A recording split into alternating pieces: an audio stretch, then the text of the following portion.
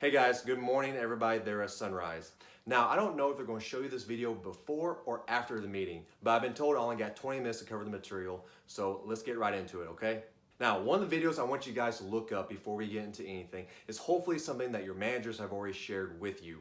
If you haven't seen it, if they haven't shared it, guys, I want you on your own free time to get on YouTube and look up this video. It's like 18 minutes long. I want you to watch the full 18 minutes. And it's called Simon Sinek, The Why. Guys, if you did get a chance to watch a video or your managers didn't tell you about it or anything else, go look it up. I'm going to give you the condensed version, okay? Most advertising starts out with what they're selling. They start out here, what? Then they go to how it's different than everybody else. And then they start with why you should buy from us. Whereas his example that he gives and a lot of other many very successful companies, they start with why. They start with an audience and they work their way out. For example, instead of Apple saying we make great computers, how we make them is by being sleek and efficient and unique. Would you like to buy a computer? They start with we believe in being unique, clean, efficient, and simple. The way we do that is by making clean, efficient computers, yada, yada, yada. Would you like to buy a computer? Advertising volume and advertising frequency are very short-term fixes for a loyal customer base. Guys, I don't have to name them off, but I'm sure right now you can think of very successful companies that have very little advertising. They don't advertise a lot. They don't advertise on all platforms, but yet they're very, very successful. They identify with the people, they identify with the group, and that group will come back to them. Guys, I'm gonna be referring to this a lot. This is actually one of my new favorite books. And if I had to recommend one book for anybody in social media, or whether it be sales or business or whatever the case may be, if you are advertising what you're doing on social media, this has now gone to my #1 book that I will recommend. All right, guys, now I'm gonna cover 3 points here, and I'm gonna try to keep it in 20 minutes, okay? The first point is going to be the internet, what it's created for. Number 2 is going to be social media, what it's used for, how we're going to use it right now with Sunrise, and how we're going to turn us around. Number 3, how to be social and how to make friends. Seems a little rhetorical, bear with me. Now, I know the younger generation, they grew up with the internet. My generation, we didn't have it right off the bat. And then the ones before me, they're still getting introduced to it, they're still learning about it. So this is why it's important to get everybody on the same page. It was used so that computers and networks could have one hub, one communication center for all of them to talk to. AOL. Does anybody know what AOL stands for? Okay, for those of you who don't, I'm going to go ahead and answer it. It stands for America Online. It was one of the biggest game changers when the internet first came out. Chat rooms. It was a way for people to communicate in other states, other countries that ordinarily you wouldn't have, okay? I mean, it literally opened up the internet and helped feed this huge internet boom. But where's AOL now? Not doing a thing. Used to having the status of AOL at the end of your email, like Gmail or Yahoo or that used to be like the thing to have, you know, at AOL.com. Not anymore. What happened to them and how can we avoid being like that? Then after AOL and some other websites opened up this huge gateway to the world, literally communication and the way humans communicate with everybody else. Now we have these social media sites. We have these like own little pages like for everybody to talk to. One of the first big ones was MySpace. After that, Facebook came along, and now you got the other ones. But it's important that we know how to communicate with this, because that's what the internet all started with. It was a communication device. Now, here is the reason why you're watching the video, right? This is going to be the answer to all of our problems. We're here to talk about social media. What is it, and how it's going to help us? All right, the first point I want to make here is social media is not a solution to a problem. It magnifies what is already there. Now, I'm sure hopefully most people that are watching this video have seen the new movie Captain America with Chris Evans. I mean, it's not so new now, but it came out. It was like one of the first Marvel Avengers movies that they did. It started like the pavement for this whole Avengers Marvel franchise, okay? But I want to point out what they did in this movie, okay? You know why DC is struggling so bad? They're firing their actors, they're firing their directors, they're firing all these higher ups because they're struggling to make money with their movies. And regardless if you're a Marvel or DC fan, Marvel has a very particular formula that they follow that attracts audiences, therefore attracts a lot of money. They grounded all their characters into why you should like them or why you shouldn't. They didn't just throw you in there in the middle of a story and show you what and how the movie was good. They gave you a story. They gave you why. Iron Man, for example. They gave you why you shouldn't like him at the beginning of the movie. He was a billionaire, playboy, philanthropist. They didn't care about no one. They didn't care about no one. And then after tragedy strikes, they show you the cool parts. They show you the what. And now we build on to why we like him. Captain America, for example. Okay, they build onto why you should identify with this character. They build onto why he's a good boy, you know, the Boy Scout.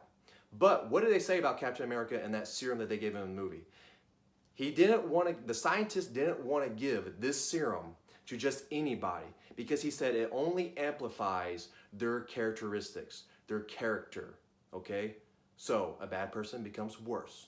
A good person becomes better. That's what social media does, okay? Before social media, you probably had a narcissistic person that you knew. And then after social media came out, guess what? Now they got this great avenue to even be more narcissistic. I mean, look at all the people out there, men and women, that just take all these selfies of themselves and just post them all there. But it's all about me, I.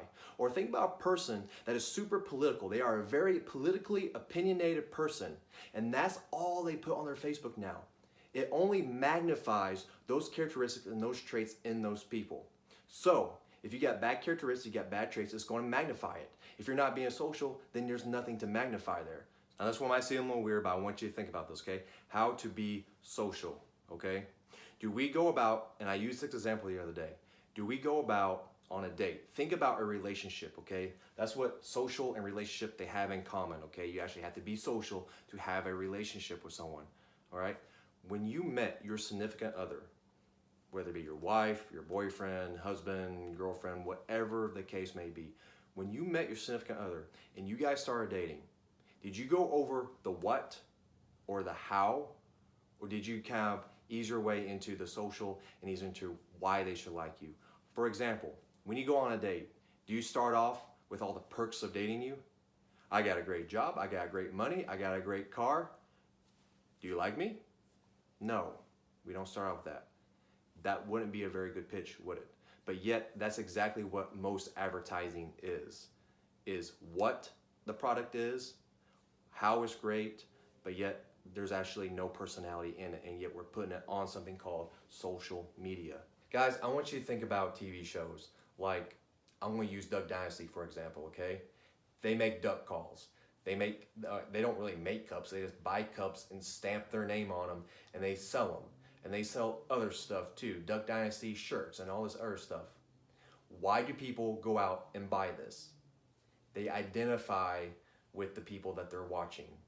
Yes, the people that they're watching is maybe a little overdone for TV, but for the most part, you know, people that identify with them identify with the values and believe that they identify with who those people are at the core. Most people would believe that they are a family-based family. Most people believe that they are conservative. Most people believe that they are morally good people, and they're probably people that they wouldn't mind sitting down with and getting to know. To use another example, the one that may have got brought up recently is Carter Chevrolet. Their tagline is, make friends first, sell cars second. They are putting at the core of who they are, of being social, of being you. I can't emphasize enough how important it is to add a social touch, a social narrative to what you're putting out on social media. If you're using social media, the key word, social media, just to promote media, then it's just becoming white noise like everything else. It needs to have a social touch. It needs to have a human touch. It needs to have something different. It needs to have you added to it. Look at your top salesman there in the dealership. You all have different selling points. You're all selling the same product. Chevrolet, Buick, GMC. The difference defining factor into why customers buy, it shouldn't be price and it shouldn't be product. It should be you. That's why some customers will follow a salesman, particularly from one dealership brand to another dealership brand, because they believe that they're following that salesman, that personality. Your top salesman will also commonly say, I sell them on me first. That's one of the things that your managers always talk about. Sell them on you, the machine, then the money. But what we're putting on social media is not us first. We're only putting the machine first. Guys, put yourself out there. And don't make up something that's not you, okay? And I'm going to use an example here, and I don't think he'll get mad at me, okay? But you can be truly honest about your intentions of selling a car that people will identify with. All right, hopefully he doesn't get mad at me, but I'm going to use Steve Ferris for the example, okay? He did a video the other day. Hey guys, my name's Steve Ferris. I got into the car business because I wanted to help people, and if you want to check out a car, come see me. Just to give you the paraphrase version of it, right? That's not a terribly bad narrative. I'm not sure how many people are sold on it, but the narrative that we got in training was the one that everybody else should have got, which is this. Why did I get into car sales?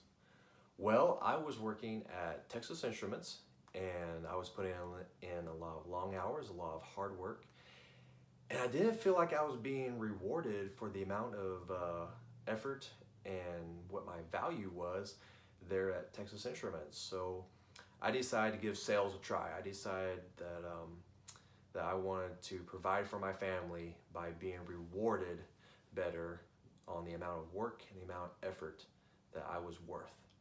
So I went into car sales. And it didn't kick off immediately. It was a struggle. I was worried, probably my wife was worried. I went a week, maybe two, without selling anything, and I was thinking, man, what did I do? You know, I gave up this job that I had, I gave up this steady paycheck. What am I gonna do? And I decided that if I don't sell a car today, that this isn't for me. And it was that day that I sold my first car, which happened to be a Corvette. And then all these years later, here I am. I decided that I liked the business.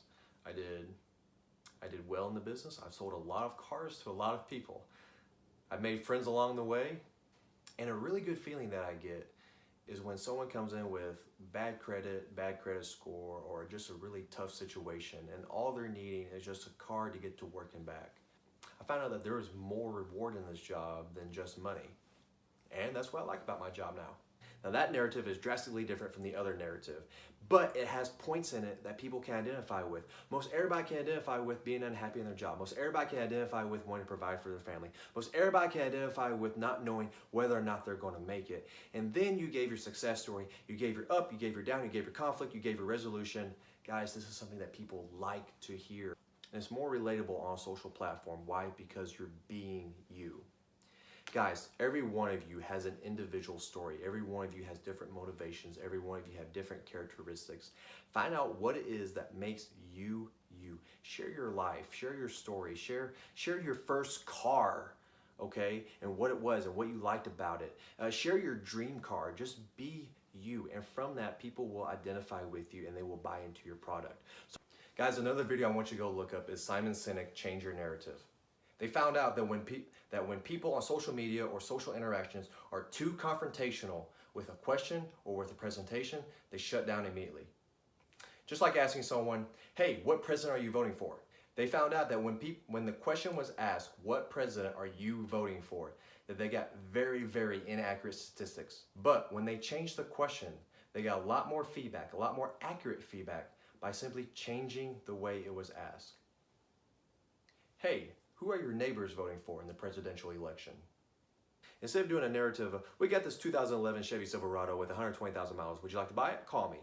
But you can change the narrative just a little bit to have a lot more effective reach and come across as social at the same time. Hey guys, do you know anyone that's interested in this 2011 Chevy Silverado with 120,000 miles? If you do, tag them below. Now, the difference is they're going to spread it, they're going to tag, they're going to share, you're getting exposure. Also too, you're creating a call to action that isn't so direct. Since you're the one that shared it, they know who to go to, or at least the dealership. Hey guys, this 2018 Yukon Denali XL has heated seats, 22-inch wheels, adaptive cruise control, lane departure warning, automatic braking, heads-up display, DVD players. But something to make it more personal, something that make people identify with and come across as more of a recommendation can be this. What's my favorite feature that I like on the 2018 Yukon Denali? The heated seats. I love the heated seats. I even use the heated seats sometimes in summer, like in heating pad. Guys, I'll be getting with each dealership individually as a whole, seeing what videos you guys want to do, what ideas you have. But also I'm beginning with individual salesmen, see what you guys would like to do, see what ideas you have. And I'm gonna give you ideas onto what you can post to make you more social and to why people should buy from you. But what I want you to do, and this isn't an easy task, okay? This takes a lot of thinking, this takes a lot of self-examination, okay?